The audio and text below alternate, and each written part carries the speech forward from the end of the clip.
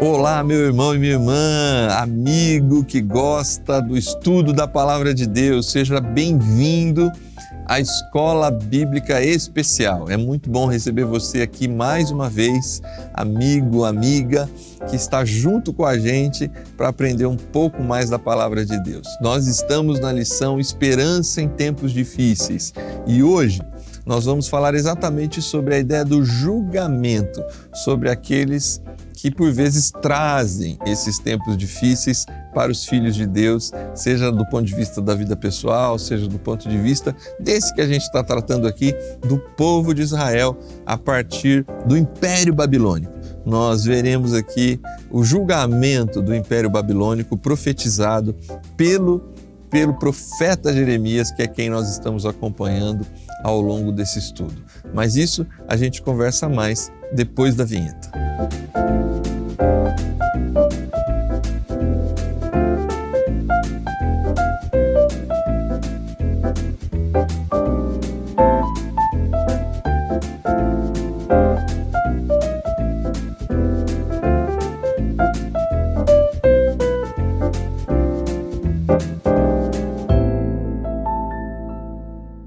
Muito bem, estamos de volta.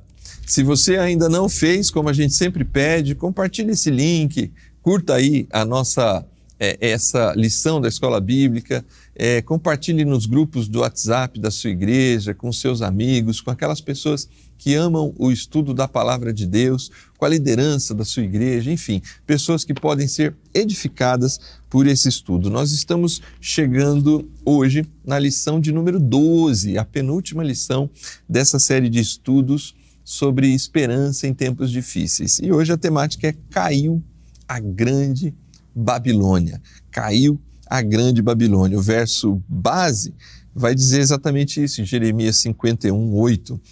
A Babilônia caiu de repente e ficou arruinada. Lamentem-se por ela, consigam bálsamo para a sua ferida. Talvez ela possa ser curada. O texto vai tratar justamente dessa ideia da queda daquele que, de alguma forma, serviu inclusive para o justo juízo de Deus para o povo de Israel. Mas apesar de ser um justo juízo de Deus, o povo babilônico era um povo ímpio. O Império Babilônico se arrogou para si o controle de uma área muito grande e, por vezes, se colocou como Deus na terra. Esse povo precisaria de julgamento. Nas nossas vidas, na história da vida da gente, por vezes nós nos sentimos injustiçados, sendo julgados ou oprimidos em diversas situações da vida que nos causam dor. É bem verdade que isso tudo pode acontecer com a permissão de Deus e, por vezes, funciona assim para a nossa própria disciplina, mas Deus não está com os olhos fechados para também julgar aqueles que, de alguma forma, oprimem as pessoas, oprimem os pobres, oprimem homens e mulheres, oprimem as crianças, enfim. Saiba, desde já, no início dessa lição, que a esperança, inclusive quando estamos vivendo essa situação, porque chega a hora dessas pessoas, dessas estruturas serem julgadas, como veremos aqui nessa lição de número 12. Para conversar sobre isso, juntamente com você que está acompanhando a gente aí em casa, eu estou hoje aqui recebendo pela primeira vez nos estúdios da TV Viva Promessa o pastor Wellington Varjão. Pastor Wellington, seja muito bem-vindo. Você que provavelmente já está vendo ele aqui na tela junto comigo, ele pastoreou por um bom tempo ali na região do Meio Norte, no Maranhão, em Tocantins, e agora ele é uma aquisição aqui da TV Viva Promessa, vai nos ajudar aqui em vários aspectos da comunicação, da editora, e é um privilégio recebê-lo, pastor Wellington, para estar aqui trabalhando mais próximo de nós. Seja muito bem-vindo a esse espaço, seja muito bem-vindo a essa casa, seja muito bem-vindo à Escola Bíblica Especial. Paz do Senhor, pastor Júnior, é uma grande alegria estar aqui hoje, estreando aqui nesse programa, a Escola Bíblica Especial, que é um programa que eu acompanho sempre, há muito tempo, né? Acho que desde quando começou eu estou lá acompanhando, que a Escola Bíblica é o coração da Igreja da Promessa.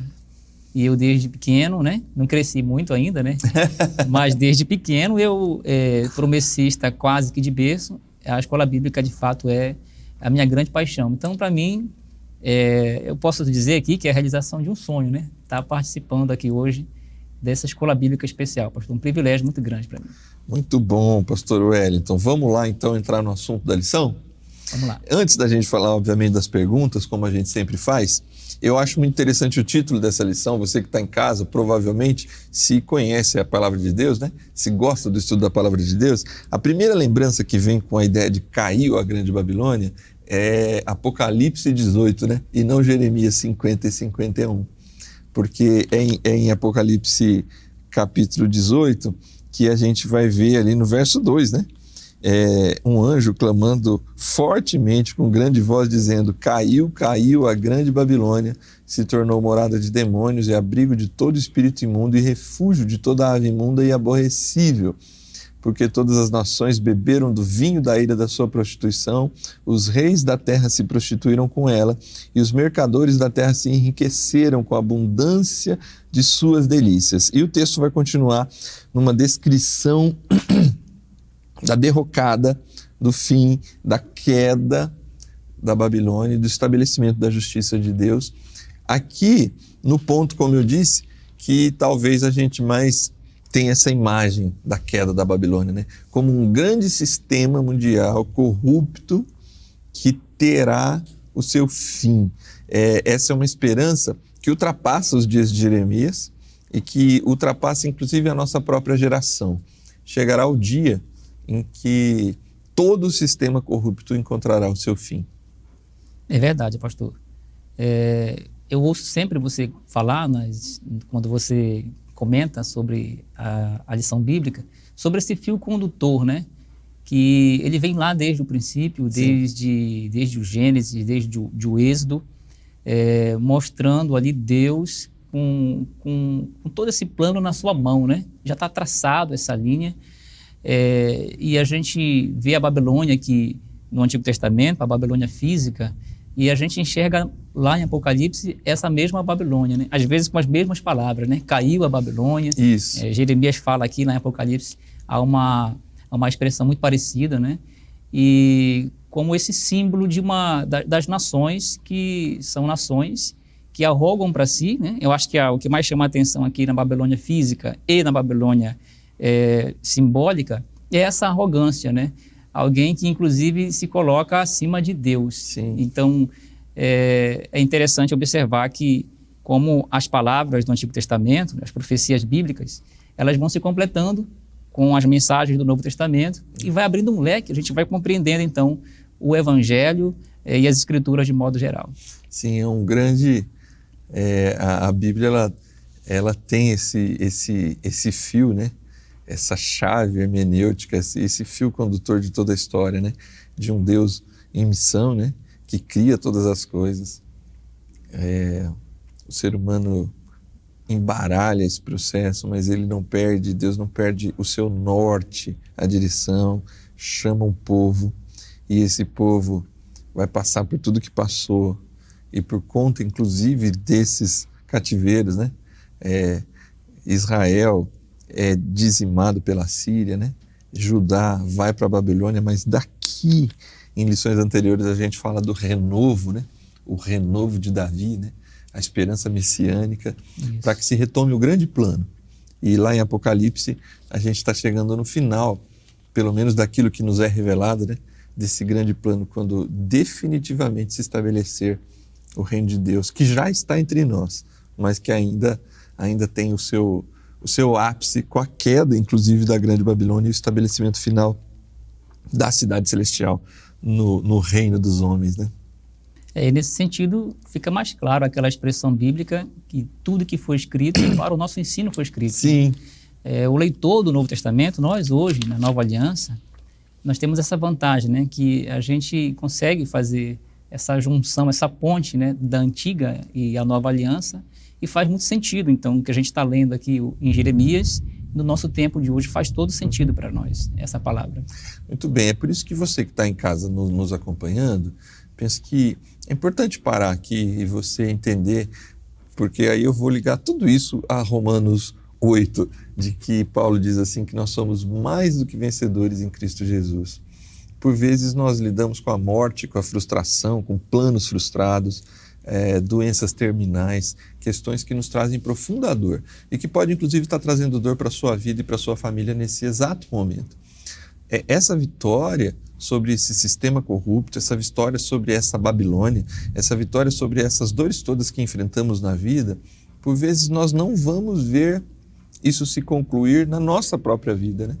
Por vezes, alguns de nós enfrentam severos sofrimentos. Hebreus 11 vai dizer, inclusive, que alguns dos grandes heróis da fé não viram a promessa concluída.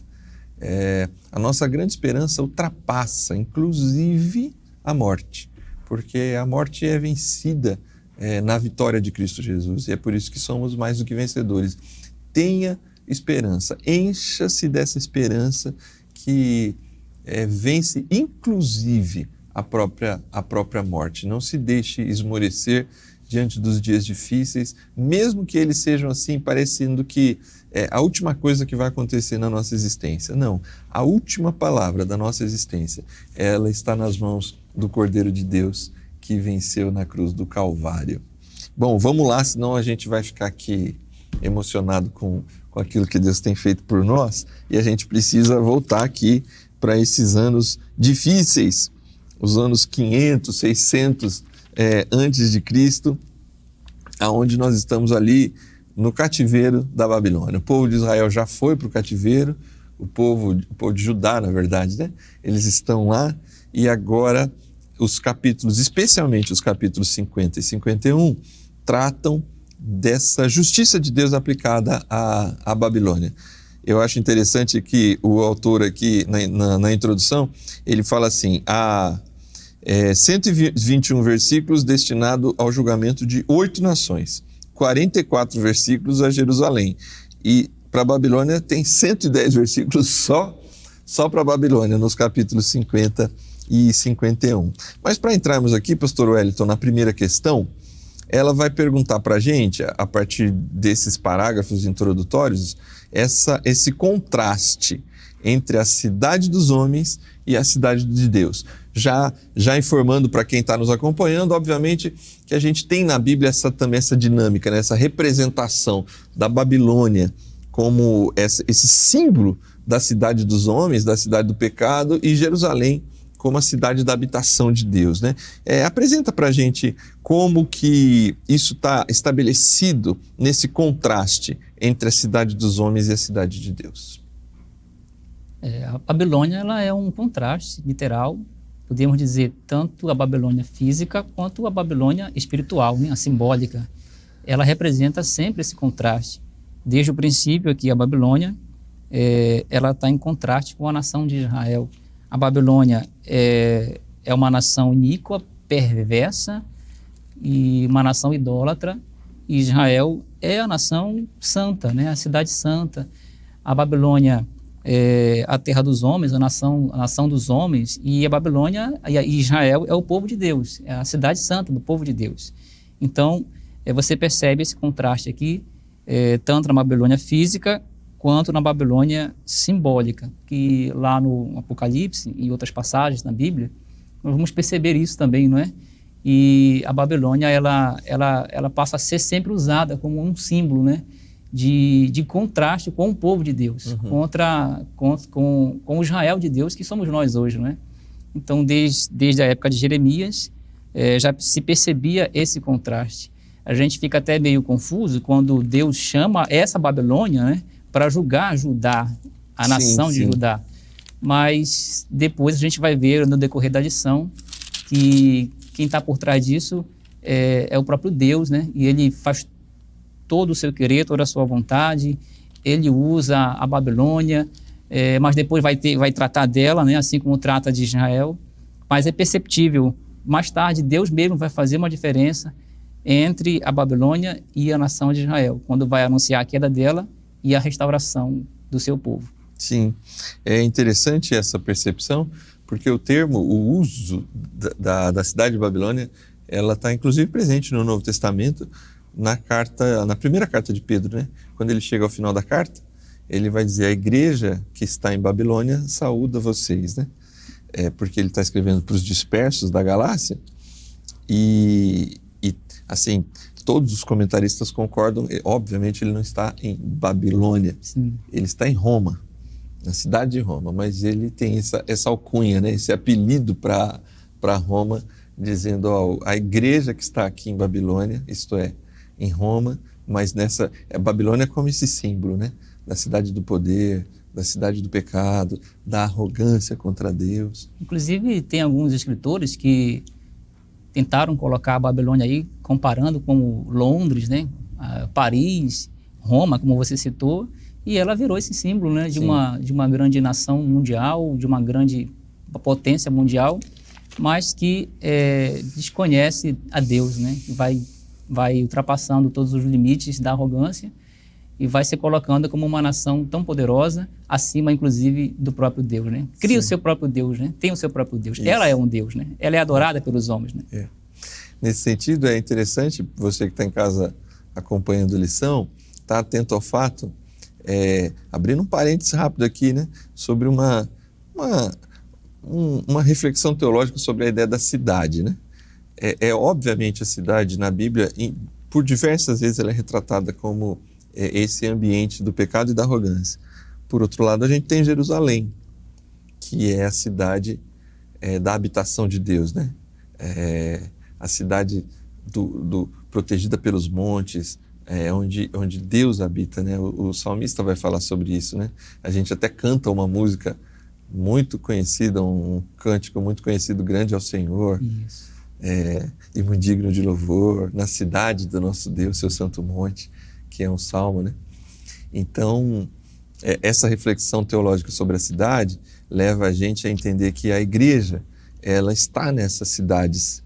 Inclusive, Pedro está dizendo isso, né? A igreja que está em Babilônia, a igreja, ela está nessas cidades, ela precisa agir nessas cidades, porque o estabelecimento da Jerusalém como símbolo também é uma função da igreja, né? A cidadania celestial agindo na cidadania humana, isto é,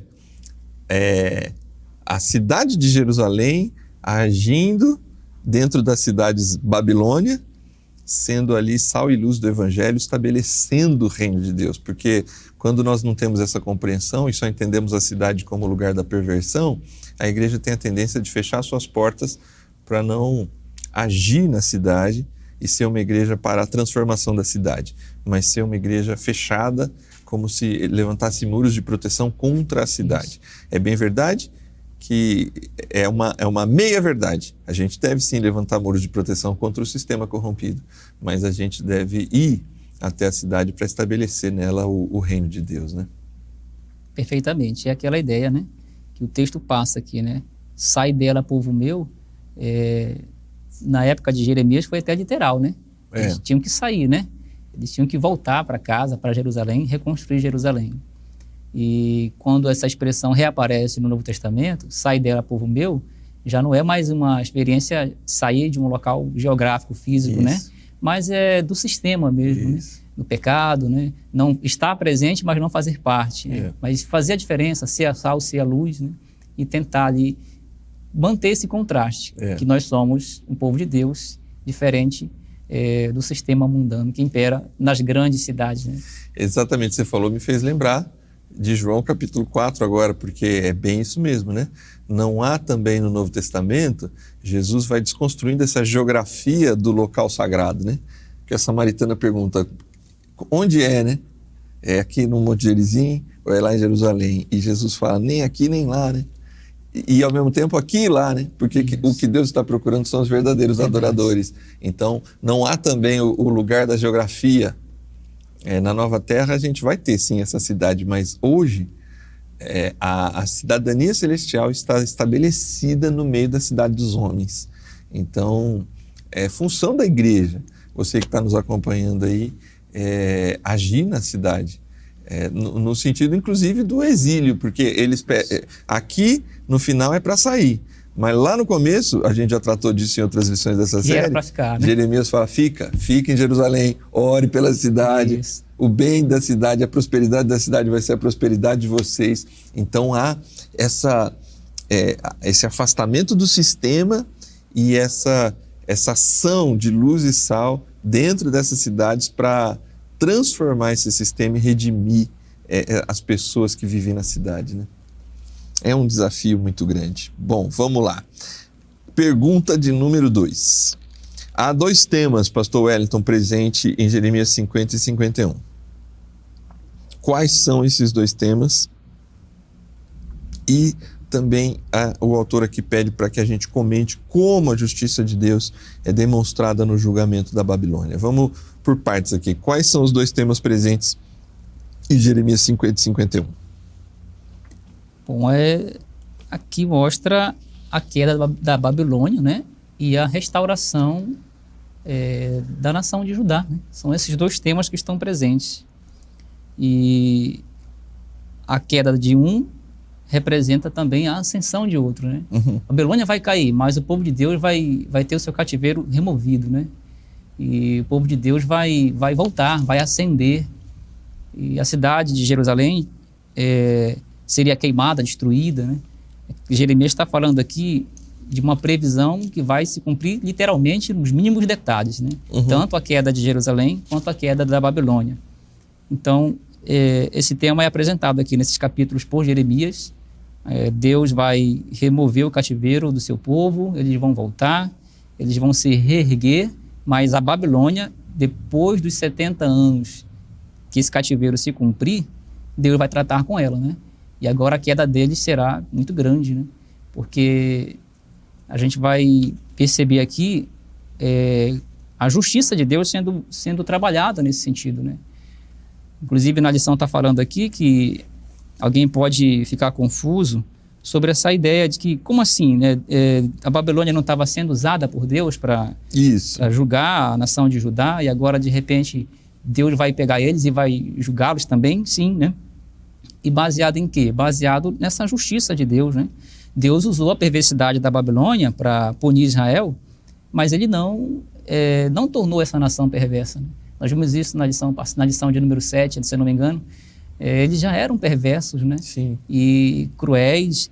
E então chegou o momento em que Deus irá também julgá-los, não é isso? E aqui Jeremias já está anunciando com bastante antecedência essa queda da Babilônia. Uhum. Você lê aqui esses capítulos, se você tiver a oportunidade de ler em casa com calma, você vai perceber ali a descrição da justiça de Deus. Você, obviamente, vai ver que é um dos atributos que mais... eu sei que todos os atributos de Deus, eles são muito perceptíveis para a gente, a Bíblia é muito clara com relação a isso, mas a justiça de Deus, ela não deixa ninguém com dúvida, né? Deus é muito justo em cumprir ali o seu papel, e ele vai julgar a Babilônia, porque eles eram responsáveis pelos seus próprios atos, né? E nós vamos ver isso aqui com muita clareza, cumprindo-se literalmente, detalhadamente, aquilo que Jeremias está falando aqui já, juízo contra a Babilônia. Sim. Os versos 33 e 34 do capítulo 50, ele diz assim: assim diz o Senhor dos Exércitos, os filhos de Israel e os filhos de Judá foram oprimidos juntamente. Todos os que os levaram cativos os retiveram e não os quiseram soltar. Mas o seu Redentor é forte, o Senhor dos Exércitos é o seu nome, certamente pleiteará a causa deles para dar descanso à terra e inquietar os moradores da Babilônia. Há um forte senso de justiça enquanto Deus aplica a sua justiça e a disciplina ao povo de Israel, ao povo de Judá, né? Mas aqui a aplicação da justiça no sentido de também em nenhum momento fugiu desse controle soberano de Deus. O fato de Babilônia ter sido usada nesse grande plano de Deus não retira o fato de que Babilônia é uma nação que chegará o momento dela lidar com a justiça de Deus, né? E essa justiça de Deus, aqui ela vai revelar também o seu grande amor para com o povo, né? Porque não há, no Novo Testamento isso vai ficar mais claro para a gente, né? Mas não há merecimento, né? é sempre o grande amor de Deus e o seu plano redentor que está sendo estabelecido na história, que diz assim, 70 anos, mas depois eu vou te resgatar. E ninguém mais vai falar mais do seu pecado, porque eu vou apagar o seu pecado. Perdoar, né, o pecado. Isso, você vai estar redimido agora. Eu vou colocar meu espírito no coração de vocês. A lei vai estar no coração, não mais na tábua de pedra. Então, essa justiça de Deus é revelada também, como diz Romanos, né? Paulo aos Romanos, a justiça de Deus é revelada na sua graça, né? Aplicada e salvando um povo que talvez só merecia o castigo. Mas Deus restaura Israel e aí vai lidar com a pecadora Babilônia, né? Sim, Júnior, aqui na lição está dizendo, a justiça de Deus ela é demonstrada tanto na queda da cidade da Babilônia, quanto no resgate do seu povo. Deus disse que perdoaria, né, a iniquidade do seu povo. Se você pegar lá os capítulos 29, do 1 ao 7, que a gente já falou muito sobre ele aqui em lições passadas, o povo de Deus foi orientado a ficar na Babilônia, mas orar, trabalhar, ser fiel a Deus. Então esse povo é que será restaurado, é um povo que foi tratado, né? O cativeiro foi para tratar esse povo, né? E lá eles vão trabalhar, eles vão orar, eles vão lembrar do que perderam, né? Porque a punição que Israel sofreu com a crueldade da Babilônia foi muito dura para o povo de Deus. Eu tenho certeza que lá no cativeiro eles aprenderam, né? Tiveram tempo de refletir e mudar. Não significa, a justiça de Deus ao punir a Babilônia e resgatar o seu povo é justo no sentido de que o povo de Deus foi para lá, para o cativeiro, por causa de seus pecados e já estão sendo aqui justamente punidos por isso, né? A queda do templo, a destruição da cidade, então a punição do povo de Deus já está sendo feita, para que ninguém possa pensar assim, Deus vai castigar a Babilônia, mas o seu povo também, que era rebelde, vai passar a mão neles de maneira alguma, né? Eles já estão sendo aqui punidos por Deus, tratados por Deus, né? Estão no cativeiro, né? A Babilônia está lá, né? Se erguendo cada vez mais e o povo de Deus está sofrendo. Então, depois desse processo todo, tão doloroso do cativeiro, depois de ter aprendido a lição, esse remanescente fiel, sim, com toda a justiça de Deus, eles serão resgatados de volta para Jerusalém. Muito bem. A gente tem falado aqui que é uma nação ímpia, né? Falamos várias vezes já sobre o pecado da Babilônia. Mas a pergunta de número 3 vai tentar talvez aprofundar um pouco isso. Por que a Babilônia caiu? Quais são esses pecados, essa estrutura corrompida que ela carrega, que vai aparecer em Jeremias 25 e aqui principalmente nos capítulos 50 e 51? No versículo 14 do capítulo 25, diz que é segundo as suas obras que a Babilônia ela será tratada, né? Então, a grande razão da queda da Babilônia, sim, tem aqui os excessos que eles cometeram contra o povo de Deus, né? A forma como eles agiram perversamente, não só contra o povo de Israel, né? Mas contra outras nações também, que a Babilônia, de fato, era a grande mãe, né? A mãe dos saqueadores. Tem uma expressão aqui na lição que diz, né? 50:12, eles são chamados de mãe dos saqueadores. Ou seja, a Babilônia, ela dá aula nesse negócio, né? De perversidade, sim, de maldade, de chegar, de ver ali um vulnerável e atacar, né? E o povo de Judá, né, no contexto da época, estava um pouco mais vulnerável, né? Depois que a Síria invadiu o Reino do Norte, isso enfraqueceu muito a nação de Judá, né? Porque ali já não contava ali com a força daquelas tribos que eram irmãs de Judá. E aí a Babilônia, aproveitando-se dessa fragilidade da nação de Judá, e agiu de uma forma muito perversa e cruel, né? Então, assim, as razões pelos quais Deus vai anunciar a queda da Babilônia são essas. As suas obras, o texto diz aqui que são perversos. Nabucodonosor era um monarca perverso. Você vai ver Jeremias 51:34, falando do próprio Nabucodonosor, da perversidade, sim, dele, né, como monarca. E a Babilônia é um retrato também do seu monarca, né? Sim. Ele era um camarada muito, muito perverso, né? A gente lê aí em algumas passagens, lá de Ezequiel, por exemplo, onde Nabucodonosor ele obrigava os seus soldados a carregar cargas tão pesadas que os ombros dos soldados ficavam em carne viva, né? Ezequiel denuncia isso, né? A maldade do rei Nabucodonosor. Então, tem um texto aqui em Jeremias que fala que ele pegou aí dois profetas, dois falsos profetas, Acabe e Zedequias, no capítulo 29, no versículo 22, e os assou no fogo. Conquanto que alguns comentaristas até possam divergir se foi uma situação literal ou não, né? A gente não tem dúvida de que lá em Daniel 3, quando Nabucodonosor ele lança aqueles jovens, ali é literal, né? Lança os jovens na fornalha ardente, é literal. Então, isso era o costume de algumas nações antigas do Oriente, e Nabucodonosor, ele era mestre nisso, né? Dava aula nisso, né? As pessoas tinham medo, né? Ele jogava pessoas na fornalha, passava no fogo. Então, a perversidade da Babilônia e do seu monarca é a grande razão da queda dessa Babilônia, além de que eles eram muito idólatras, né? Sim. Você vê que o profeta fala que Deus vai fazer com que os deuses dele, Bel, né, que é o deus da Babilônia, ele também, nunca mais as pessoas fizessem invocações a ele. Ele ia ser desmascarado como um falso deus, ele não protegeria a Babilônia quando Deus fosse tratar dela, né, mostrando que só o Senhor é Deus. Uhum. Então, são essas as razões, a idolatria, a perversidade, com que a Babilônia há muito tempo vem demonstrando diante das nações. É por isso que Deus vai anunciar aqui por meio de Jeremias a sua grande queda. Você foi falando, eu fui me lembrando de Provérbios, que vale para a Babilônia e vale para qualquer pessoa, né? A soberba precede a ruína, né? E é muito, do ponto de vista histórico, a própria lição vai dizer, né?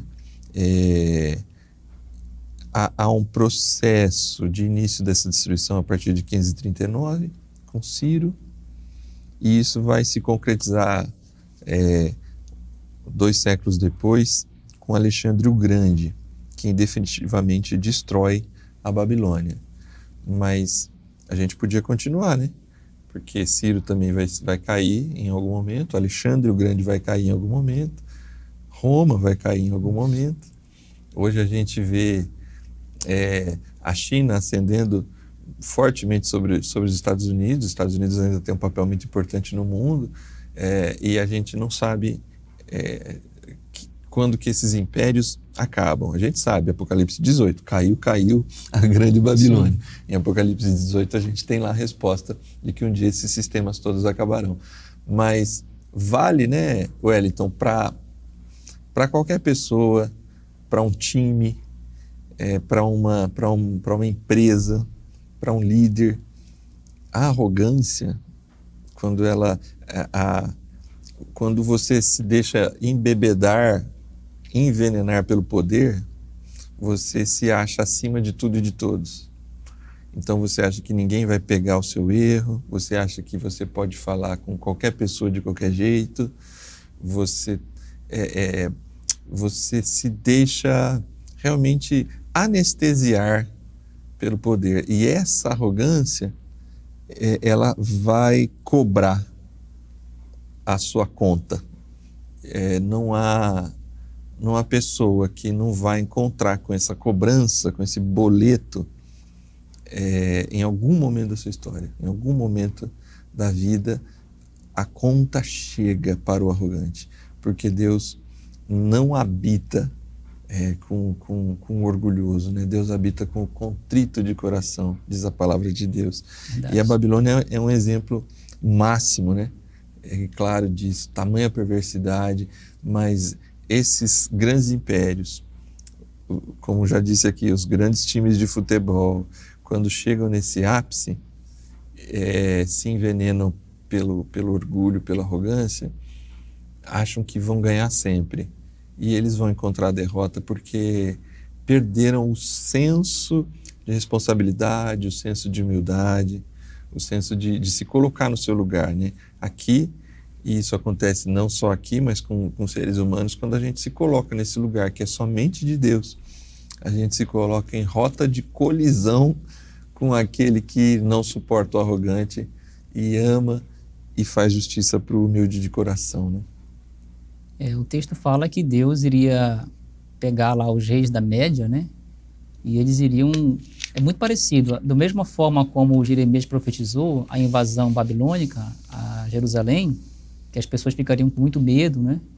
Da mesma forma, o Senhor fala aqui, por meio de Jeremias, dizendo que os reis da Média, eles iam causar terror e espanto também agora para os babilônicos. Sim. É interessante isso, né? Então vai se confirmar lá a justiça de Deus. Com a mesma medida com que eles pediram, eles seriam também agora, eles iriam ter que responder pelos seus atos, né? Então, responsáveis pelos seus atos. Então, Deus é justo no seu tratamento. É muito parecido aqui essa passagem, né? E os reis da Média iam chegar lá também, sim, causando grande terror agora e medo para os babilônicos. Muito bem, estamos chegando ao final aqui desse estudo. A pergunta de número 4, ela vai se basear principalmente no capítulo 52 de Jeremias, para que a gente comente como o povo de Deus pode voltar a ter esperança e como essa esperança, a esperança de Israel, é estendida para os demais povos. O que a gente encontra? Até aqui a gente vem tratando desse julgamento de Deus sobre Babilônia. Como você falou, a gente falou ali na pergunta de número 2, há 2 temas em Jeremias 50 e 51. A ideia do juízo de Deus, da justiça de Deus e da restauração de Israel. Como esse texto vem apresentar essa questão da esperança para o povo e como ela se estende para além do povo, conforme pede aqui para a gente trazer esse esclarecimento dessa questão. Uma esperança que ela aparece justamente na queda da Babilônia, né? Porque Deus, ele, por meio de Jeremias, está profetizando esses acontecimentos com muita antecedência e com muito detalhe, né? Como que a Babilônia ia tratar com benevolência Joaquim, né? Como que ia tratar Zedequias, como que eles iam tratar os prisioneiros, enfim. Então, tudo foi se cumprindo exatamente como Jeremias havia profetizado. E Jeremias havia dito que no final do cativeiro, Deus ia derrotar a Babilônia, haveria a queda dela. E nesse sentido que, ao se cumprir isso, então o povo de Deus está enxergando a esperança, porque as profecias de Deus estão se cumprindo. Deus anunciou que no final desse cativeiro eles retornariam para Jerusalém, os seus inimigos seriam destruídos, não é? Porque quando eles chegaram lá para invadir Jerusalém, o texto fala que eles ficaram como ovelhas dispersas. Sim. E agora, nesses capítulos, Jeremias está dizendo que eles vão voltar como um pastor recongrega o seu pasto, né, suas ovelhas. Eles vão ser conduzidos. Em Jerusalém vai ter abundância, agora vai ter pastagem, né? Remete muito àquela figura do Salmo 23 do pastor, não é? Que vai pegar aquelas ovelhas e vai conduzir novamente para as águas tranquilas, para os campos verdejantes. Então, há esperança para o povo de Israel. E é muito bonito você ler aqui e fortalecer a sua confiança em Deus, né? Você que está nos assistindo, você fez aquela ligação lá com Romanos 8, né? Falando sobre esse agir de Deus na história, como que todas as coisas elas convergem para o bem maior do povo de Deus. Então, Romanos 8:30, eu lembro aqui que a justiça de Deus, né? É uma das perguntas que mais me chama a atenção aqui nessa lição. Sim. Deus tratou a Babilônia com justiça, porque eles eram maus, eram perversos. E o povo de Deus também foi tratado com justiça. O povo de Deus também teve um tempo que pecou, né? E teve umas ações más. Mas o Senhor Deus, Ele perdoou essa maldade, Ele purificou esse povo. O cativeiro é uma purificação para o povo de Deus. Então, a esperança para o povo de Deus, porque Deus ele é fiel a essa aliança estabelecida desde o princípio com essa nação, né? Com a nação de Judá, desde Abraão, Deus vem cumprindo essas promessas e vai cumprir. Então tem algo que chama a atenção nessa lição, é que o autor diz que mesmo a queda de Jerusalém, mesmo a ida deles para o cativeiro, não significa o fim das promessas de Deus. Não, Deus vai recomeçar de novo essa nação com um remanescente fiel. É importante frisar isso, que é o remanescente fiel que vai ser alvo desse recomeço. Deus vai recomeçar a construir de novo esse povo, porque eles permaneceram fiéis a Deus. Então, existe esperança para quem permanece fiel a Deus. Mesmo em meio aos dias difíceis, mesmo você, às vezes, aparentemente percebendo que o inimigo está triunfando sobre você, mas no final, a grande esperança do povo de Deus, daqueles que esperam em Deus, é que o Senhor vai abater os inimigos e vai novamente reerguer o seu povo. Sim. Nesse sentido, essa extensão da esperança para todos os povos é de novo aquilo que falávamos lá no início, né? A cada grande ato redentivo de Deus na história, você vê recuperada a mesma proposta feita para Abraão. Esse remanescente fiel, ele daria, quando a gente já está aqui, né, nesse ponto da história, né, é desse remanescente fiel que virá o Messias. E esse remanescente fiel, o Messias, e o novo, se é que eu posso dizer assim, né, o novo povo de Israel estabelecido por meio da igreja, né, o Israel de Deus, né, ele não é um fim em si mesmo. Ele continua na mesma proposta, na mesma melodia, no mesmo chamado que estava lá em Gênesis 12. Sai, vai, eu vou te fazer uma bênção, quem te abençoar vai ser abençoado, quem te amaldiçoar vai ser amaldiçoado, e por meio do seu descendente, todas as famílias da terra serão também abençoadas. Há sempre, nesses atos redentivos de Deus, ali em Gênesis, em Êxodo, em Davi, no cativeiro babilônico, em Cristo Jesus, para ficar só em alguns. Sim. Há sempre um retorno a grande, não é um sonho, porque é uma visão estabelecida de Deus, né? E aí a gente se encontra com ela lá em Apocalipse, depois da queda da grande Babilônia. Na grande cidade, entre os salvos, Apocalipse 5 já vai dizer isso, a gente está diante de uma grande multidão de todo povo, língua, tribo e nação. Essa esperança da queda desse sistema é onde reside também a esperança dessa restauração que alcança o remanescente, mas esse remanescente, ele vai ser luz para alcançar quantos forem possíveis tirar do sistema corrupto para viver no reino de Deus.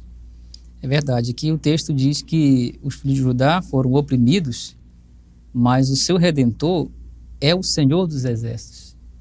A Babilônia tinha um forte exército, né? Eles eram famosos e fortes pela sua força bélica, mas agora o Senhor ele vai redimir o seu povo, ele é o Redentor de Israel. No 51:5 diz que Israel e Judá não foram abandonados pelo seu Deus. Então, é por causa dessa promessa que Deus tem com essa nação, né, que essa mensagem de esperança ela chega até nós. Inclusive aqui na edição cita Mateus 1:11-17, a genealogia de Cristo. Começa a falar lá, né? Começa a mostrar aqui, inclusive pegando da época de Jeremias, né, desses reis que foram citados aqui, depois do cativeiro, Zorobabel, né, que retorna com o povo, e a reconstrução e chega em Jesus Cristo, fazendo essa ligação importante para os nossos dias, né?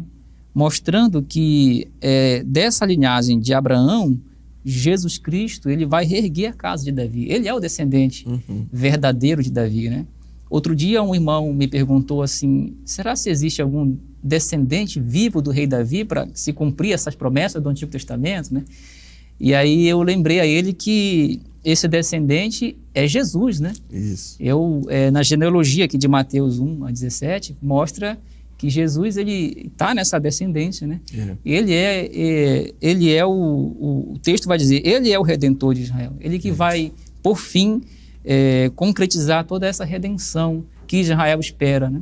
Porque o povo de Deus voltou do cativeiro. Sim. Mas você sabe que depois de um tempo, né, as coisas não ficaram como o sonho o israelita imaginava, né? Eles precisaram passar por outra situação, uma outra queda, e de lá para cá a gente espera que essa redenção, conforme é descrita aqui com tanta beleza nas páginas da Bíblia Sagrada, se cumpram fielmente e escatologicamente no plano de Deus, sim, hoje, sim. nesse Israel de Deus que somos nós. Muito bem, por adoção, né? Somos todos descendentes desse descendente do rei Davi, né? Por adoção nós fomos incluídos na família de Deus por meio de Jesus. Bom, pastor Wellington, estamos chegando ao final, obrigado, viu? Passou o teste, hein? Agora vai estar mais vezes aqui junto com a gente. No ponto de assumindo compromissos, a lição aqui vai apontar 2 aspectos: anunciemos a justiça de Deus e anunciemos a esperança de Deus, né? Alguns autores tratam isso como o anúncio integral do Evangelho, né? A má notícia do Evangelho e a boa notícia do Evangelho, né?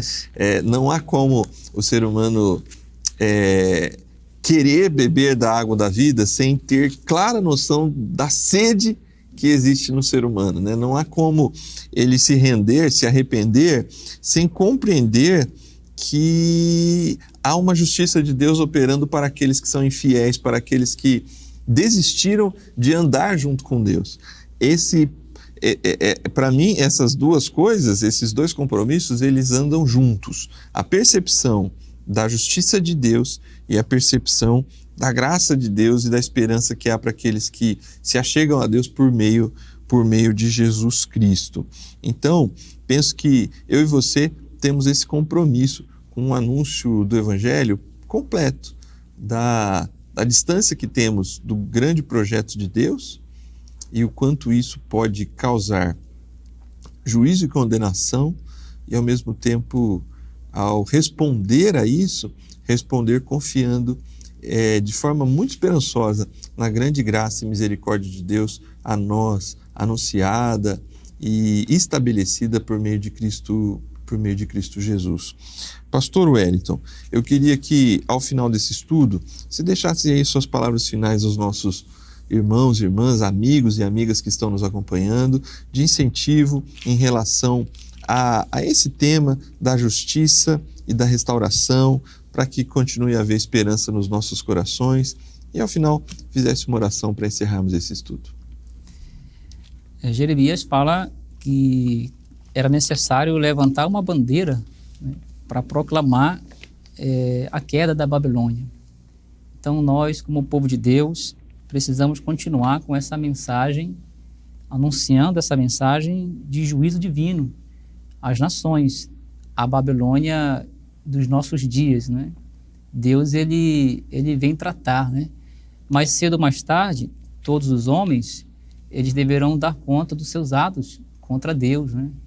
E aí a igreja tem essa mensagem de anunciar o arrependimento, para que, como aconteceu com a nação de Judá, eles também foram tratados com justiça, mas eles foram redimidos. O Redentor perdoou seus pecados mediante o seu sincero arrependimento, mediante a sua fidelidade, né? E eles voltaram. Então, a igreja tem essa expectativa de que ela vai pregar a mensagem de juízo, faz parte da proclamação da igreja o tempo inteiro, a fim de que outras pessoas sejam salvas, né? Quem sabe alguém que está hoje lá na Babilônia. O Senhor falou para o profeta Jeremias, né, a Babilônia está caindo, vocês têm que sair, né? Vocês têm que voltar para Jerusalém, antes dessa queda da Babilônia. Deus vai preservar o seu povo. E lá em Apocalipse a gente ouve essas mesmas palavras ecoando, né? Sai dela, povo meu, né? Está caindo a Babilônia, caiu a grande Babilônia. Então essa mensagem de juízo, a igreja precisa continuar proclamando, anunciando, para que as pessoas possam sair da Babilônia e correr em direção a Jerusalém celestial, onde tem promessas de Deus se cumprindo na nossa vida, onde tem esperança de redenção por meio de Cristo Jesus, para mim, para você, para todos nós que cremos e temos essa viva esperança, pastor. Amém. Olhe para a gente, pastor Wellington. Então vamos orar. Bendito Deus, Pai de infinita bondade, é com grande alegria que encerramos aqui mais um estudo da palavra de Deus. Refletimos sobre a queda da Babilônia física, da Babilônia dos tempos de Jeremias, e também fazemos essa mesma reflexão nos nossos dias. já está escrito, assim como a profecia de Jeremias foi anunciada antes de se cumprir, já está proclamada a queda do sistema iníquo, do sistema mau. Esse sistema mundano passará. A tua palavra diz que somente aqueles que fazem a tua vontade é que permanecerão para sempre. Senhor, nós pedimos a Deus que possa dar firmeza ao seu povo, para que eles permaneçam fiéis a Deus em tudo, para que eles possam ter essa esperança de redenção, que o nosso Redentor possa dar livramento para a sua igreja, para o seu povo, no meio desse mundo mau em que ela vive, que ela continue alimentando essa esperança, para que nós possamos encontrar com o nosso Redentor, o nosso Salvador. Meu Pai, obrigado, e assim nós nos despedimos na tua gloriosa graça. Amém. Amém. Obrigado, pastor Wellington. Obrigado você que nos acompanha em casa, por mais uma vez estar com a gente aqui na Escola Bíblica Especial. Que você continue com o coração cheio de esperança, apesar dos tempos difíceis que pode ter alcançado a sua casa e a sua família. Na semana que vem, nós encerraremos o estudo dessa lição com a 13ª lição e em breve iniciaremos um novo trimestre de estudos e logo vem mais informações sobre isso. Que Deus continue te abençoando, guardando a sua casa e família e a gente se encontra na semana que vem. Até lá, Deus te abençoe.